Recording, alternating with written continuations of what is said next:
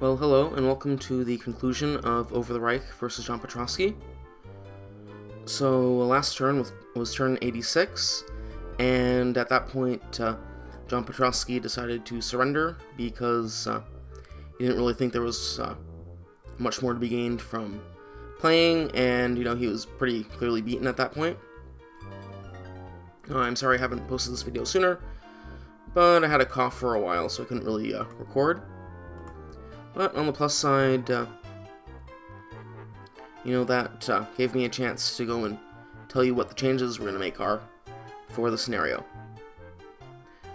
So there were a few things that we discovered about the scenario. The big one is that the historic missions, the special missions, that system, it really just favors the winner like way too much. So if you're doing well, you have the resources, then you get a special mission, and you complete it, and you're even farther ahead. If the Allies are on the back foot, then they get a special mission, and they fail, and then the Germans get an advantage.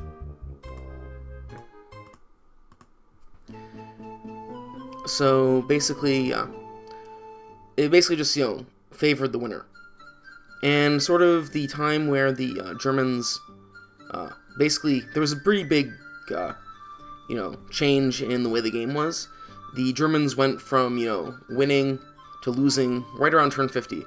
And so I basically had, 3 special missions right around that time. And so, between those bonuses and of aircraft for the missions, and, completing them, it basically just, ground Germany down. And rather than have a sort of gradual transition between, German, defensiveness being really good and then sort of getting worse over time, it basically just happened all at once.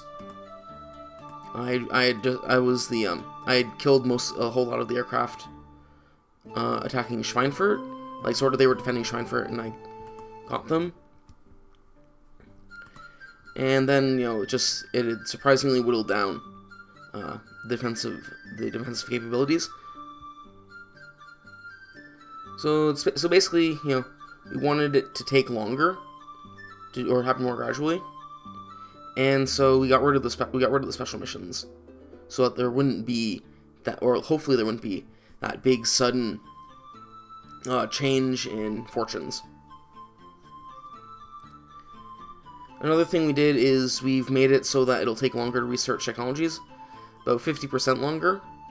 That should just make it so that, you finish the tech tree instead of around turn 60 or 70, turn 90 or 100. Or at least, well, not finish the tech tree, but finish the parts of the tech tree that you want to actually go and complete. So we took out the special missions, but we replaced them with basically critical industries. So there are 5 cities on the map that have a special target, the critical industry target, and these give bonuses to the German player, but they can be destroyed to take the bonus away, and then it costs 1,200 shields for the German player to rebuild it. So the basic idea of these is that there's a bonus that sort of helps the Germans catch up if they're behind a little bit. Then there's also just a general useful bonus. So hopefully it'll always be worth it for the Allies to attack.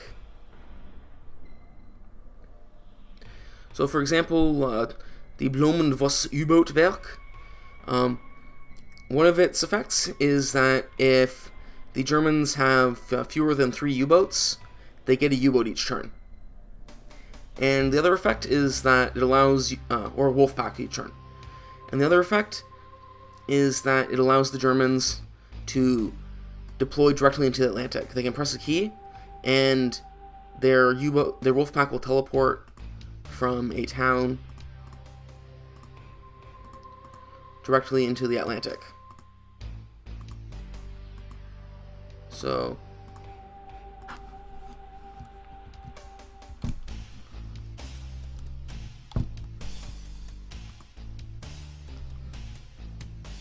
So, yeah, I can move this Wolfpack to the Atlantic. and it uses up, I think, about 5 HP and all the movement points. Yeah, so it appeared here in the Atlantic. So basically that should help the German player at any time. Now obviously the downside is that the U-boat is kind of stuck at some random spot, so you don't really have control over that. But it allows the German player, especially from cities farther back, to immediately get into the Atlantic. Even here from France, it might make sense to just deploy like that. So that should be good for the German player at any time, if they want to focus on U-boats. So basically there is a critical industry improvement. It's basically just a strategic target. So that's what the Hamburg one does. Peenemünde, that's on the night map, and it basically just gives them 10% of the current research costs each turn. So about a tenth of attack. And Berlin has the Paulitz fuel refinery, and basically that just cuts the amount of fuel that the Germans need to make their attacks in half. So it's pretty good for like any level of the game where they're engaging in combat. And it's also pretty far away, so might be safe, although it's also on the edge of water, so maybe not so safe.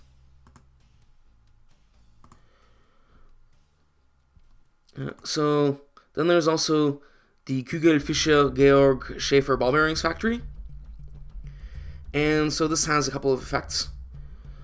One effect is that ordinarily industry you need to have civilian populations, like civilian population 1, 2, or 3. You need to have at least that many civilian population improvements in order to build a corresponding factory, refinery, aircraft factory, or industry, I should say. And so one of the effects of this is to make it so that you need one less to build the corresponding industry. So if the RAF has come and bombed out your city, and the 8th Air Force has bombed out your industry, you can at least get one industry back. So that's the sort of catch-up mechanism. The other mechanism is that all aircraft that spend a turn in an airfield get recovered to full health. So it's sort of like, you have the good production, you get maintenance and stuff. That's kind of that idea. We might not make it full health if we test it when we test it again, but that's just currently what we have. And that's the sort of, good for everything.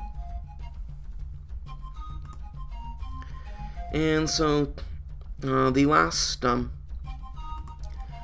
critical industry is the Messerschmitt Flugzeugwerk.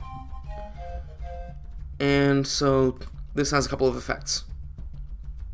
One effect is that for every Me-109 that an airfield produces, another one gets built for free. We can tweak it so that there's maybe like an 80% chance that one will get built for each one that does, but I think currently we're at 1 to 1.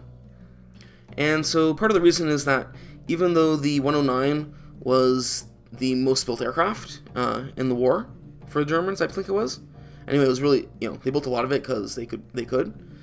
It never really got built in, John Petrowski never really built much of it in this scenario when he was playing. So we figure, cutting the costs substantially, that would be good. That might get it built somewhat.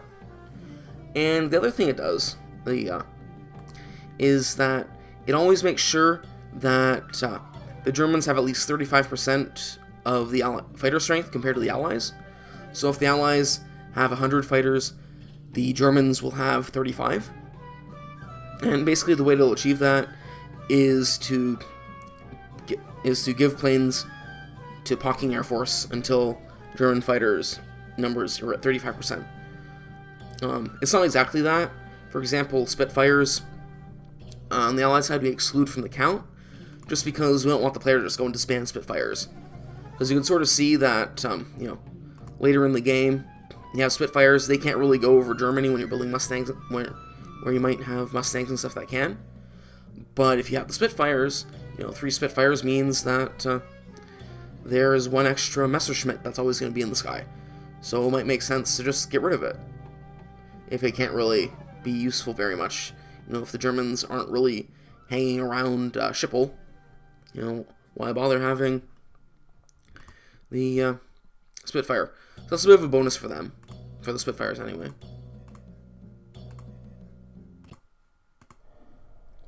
And that'll also help with another thing. So what we were finding is that towards the end of the game, you know, I just had, you know, as the ally player, had so much stuff going on that you know, it just took forever. So hopefully, with, you know, some fighters in the air, you know, pretty much guaranteed, you know, stuff will get killed, and, you know, it just means that there'll be less bombers around. And also have something for the Mustangs to do other than just, you know, stroll around hoping to find a misplaced jet.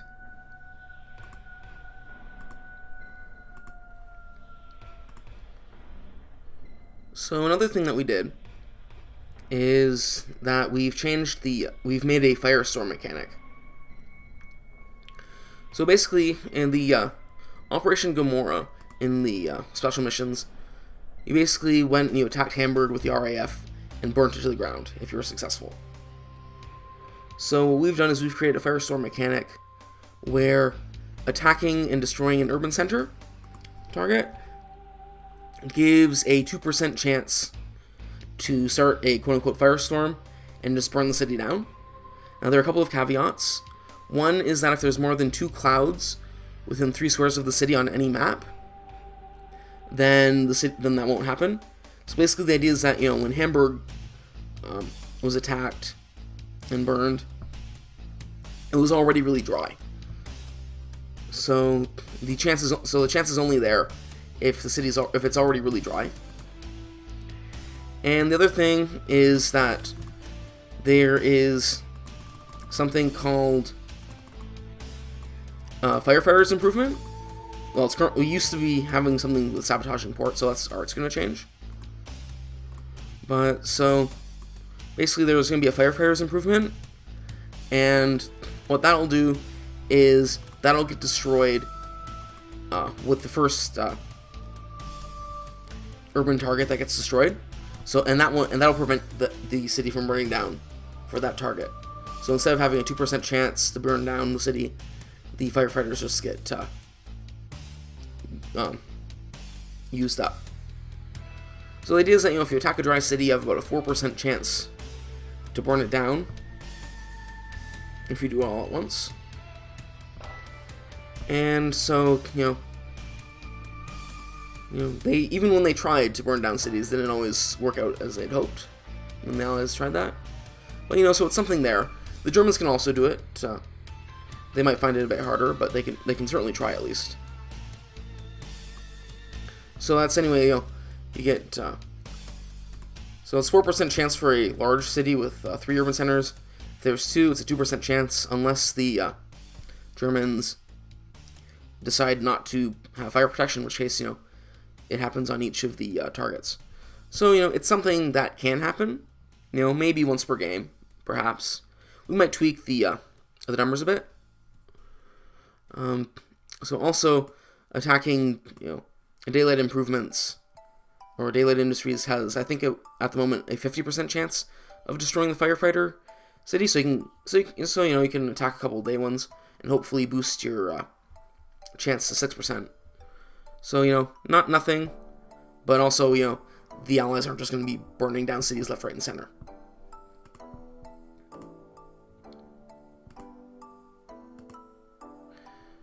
So another thing that we did, which I don't know if I'd mentioned before, is we changed the fuel requirements so that distance to the nearest airfield is a part of it. So it used to be that the fuel requirements for an attack were basically 5 fuel per engine of the plane that was attacking. But so we've changed it so that the farther away you are, the more it costs. So if you're less than 40 squares away from an airfield, it costs the basic amount. If you're farther than that, it starts increasing. So basically, the Allies will use more fuel attacking Berlin than they will attacking a factory in the Netherlands.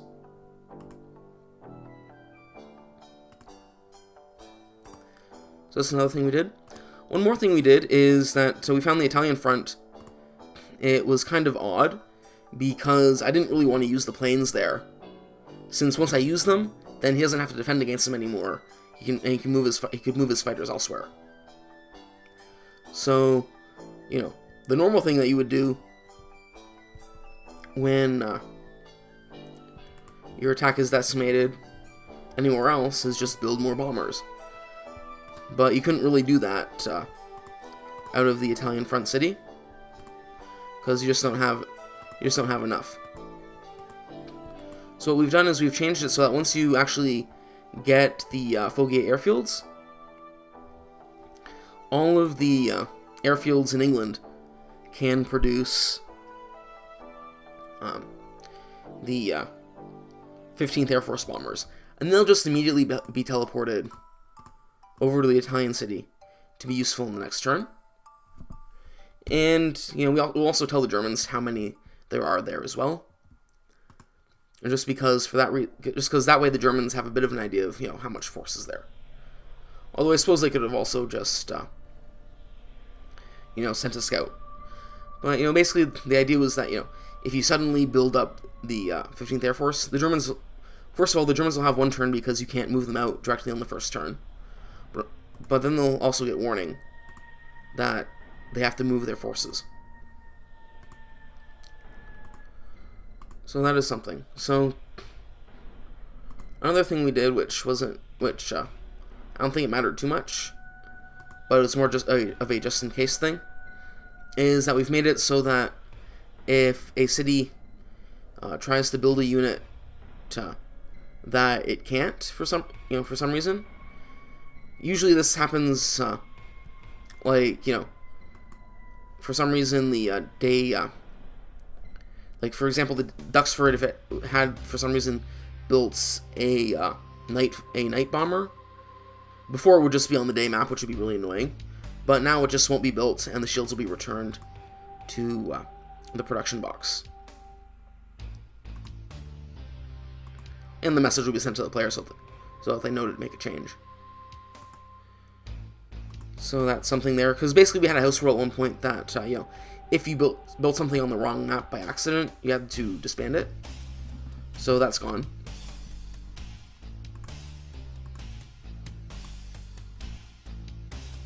So another thing that we did is we sort of split up the techs for strategic bombing a bit. So now, I think now we have night bombers.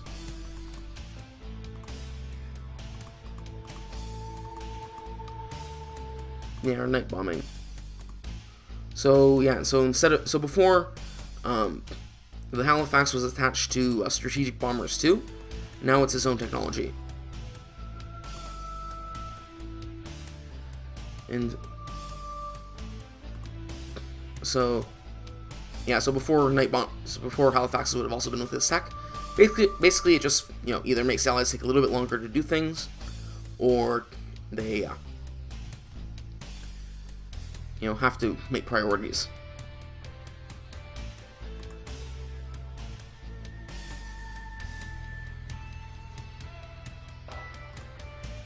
Another change we made is that if the Germans attack and destroy an Allied urban center with V1 or V2 rockets, the Allies can't collect points for 3 turns or until they kill a launch site. So basically the idea is that, you know, rockets are raining down on England, the British don't like that, and they say, hey, you know, solve that problem instead of doing what you're doing now. And so you can still do whatever it is, you just don't get, you were planning to do. You just don't get points for killing factories and urban centers and stuff like that. And also it'll give the Germans a bit of a reason to maybe try to use the vengeance weapons. You know, praying for a firestorm or two would also be another reason. But so basically, you know, it forces the Allied player to notice them and deal with them, rather than just, you know, the player might just prefer to ignore it and do something else. You know, it's like, oh, whatever, a couple of urban centers. allied player generally has money, just rush by it and replace it. So that's another thing that we've changed.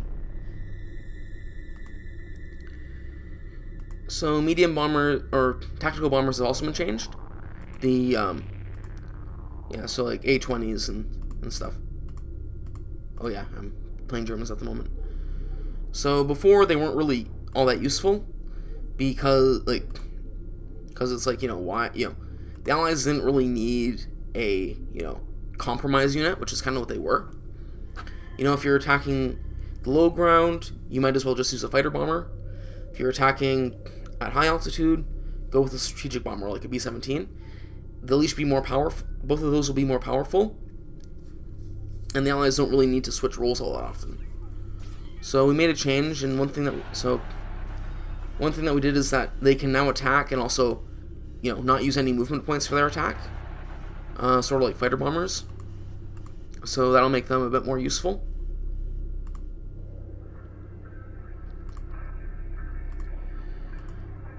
Yeah. Another change we made is that we got rid of the splash damage for flak. And the reason we did that is because, so in Civilization 2, it doesn't really matter where your units are during the turn. So you're moving your units around, you can do what you want with them, and it only matters, where they end up at the end of the turn. So splash damage kind of changed that. It forced you to consider where your units were during the middle of the turn. So, for example, if I had, like, Mustangs out here, let's say near Mannheim, Frankfurt, and stuff. So I want to go and send my bombers down. There would be flak there. And I want to attack, and then I want to go and hide under fighters afterwards. If I send my fighters first and sort of say, okay, I have this many fighters, I'll, leave them, here and here. Why not just,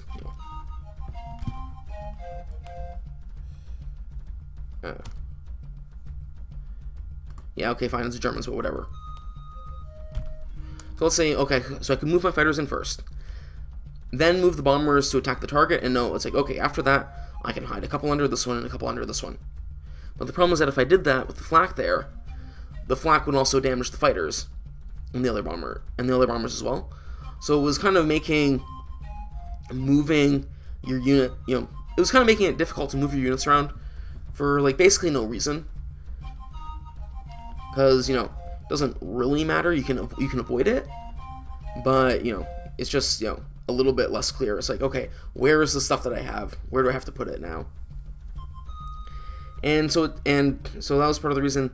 So I didn't really change tactics all that much. But as I was saying, it kind of changes the Civ 2 dynamic of the active player only has to worry about where the units end up, not where they are in the middle of things.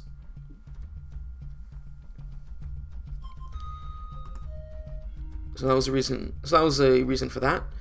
However, another thing that we've changed is that if a bomber, or I guess any unit, gets killed by reactions, then its munitions are also killed. So if you have, like, 6 flak and 2 fighters here, and they, and the bomber gets killed, then the munitions don't survive to still make an attack. So that's a change we also made. Another thing about getting rid of splash is that means that the defending player can have fighters as well as flak in the same place. They don't have to worry about accidentally stationing some fighters over a whole bunch of flak, and then, the allied player the enemy player who's being really careful only gets a couple planes damaged, but they lose, like, everything.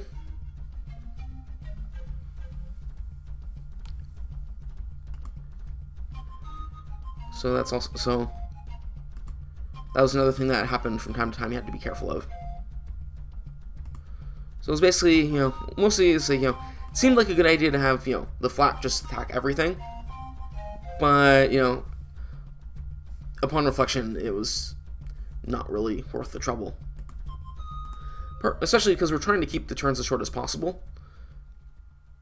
So hopefully with these changes, well, first of all, the allied player won't have a runaway of like 600 units by the end of the game, because there will be extra fighters to kill stuff. but also when there is a lot of units, they'll be easier to move.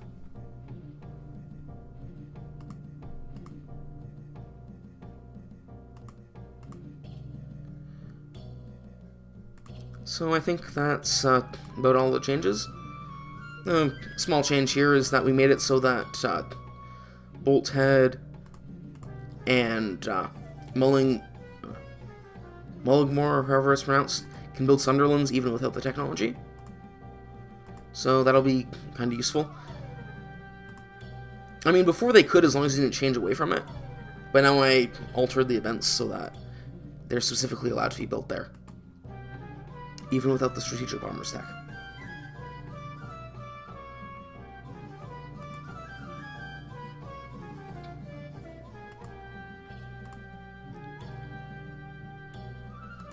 So I think that's about all the changes. There are probably some other things too. Oh, I changed the task forces, the C units.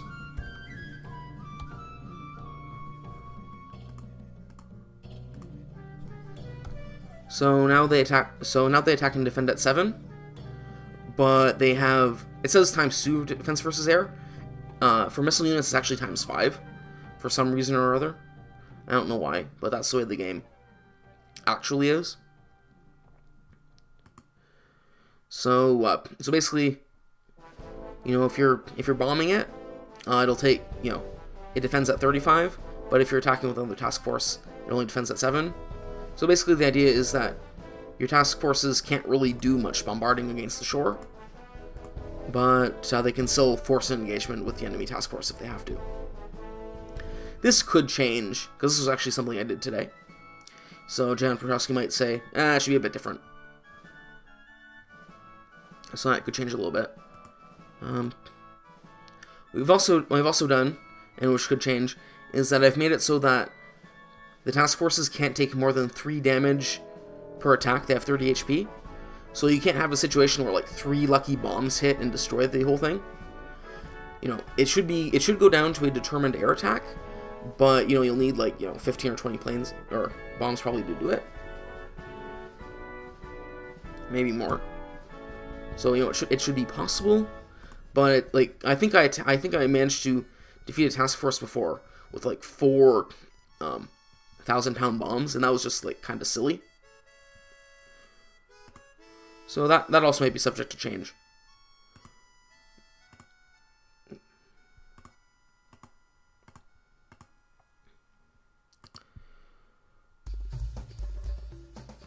But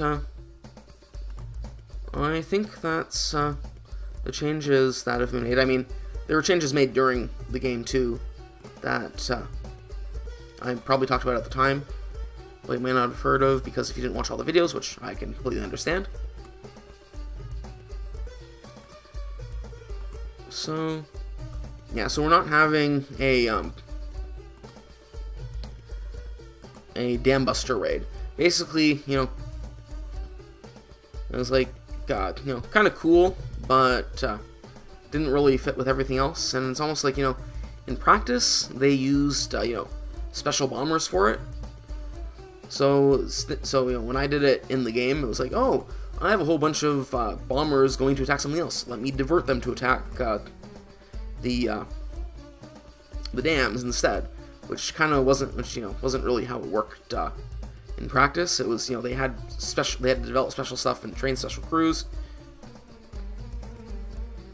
So that was also the sort of thing that makes the special events, special target events, kind of unfair. Is that if you're just about to make an attack, then you can immediately come and make the attack on. You can divert your attack over to the special mission target. But if you're just coming back from attack, then you have to get all your stuff back, maybe rest it up, recover, rearm, all that, and then get out in time to make the attack. So that was another reason that we got rid of the special missions in favor of these just critical industries we call them.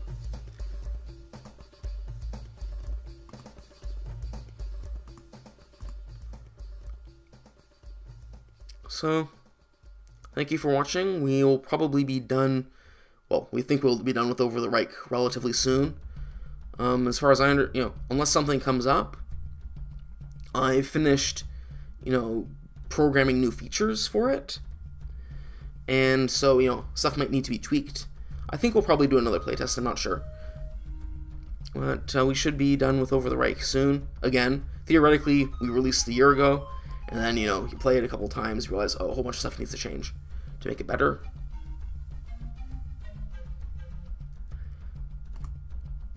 So, yeah, it'll hopefully be done soon, so, if you have friends and a copy of Test of Time, definitely check it out.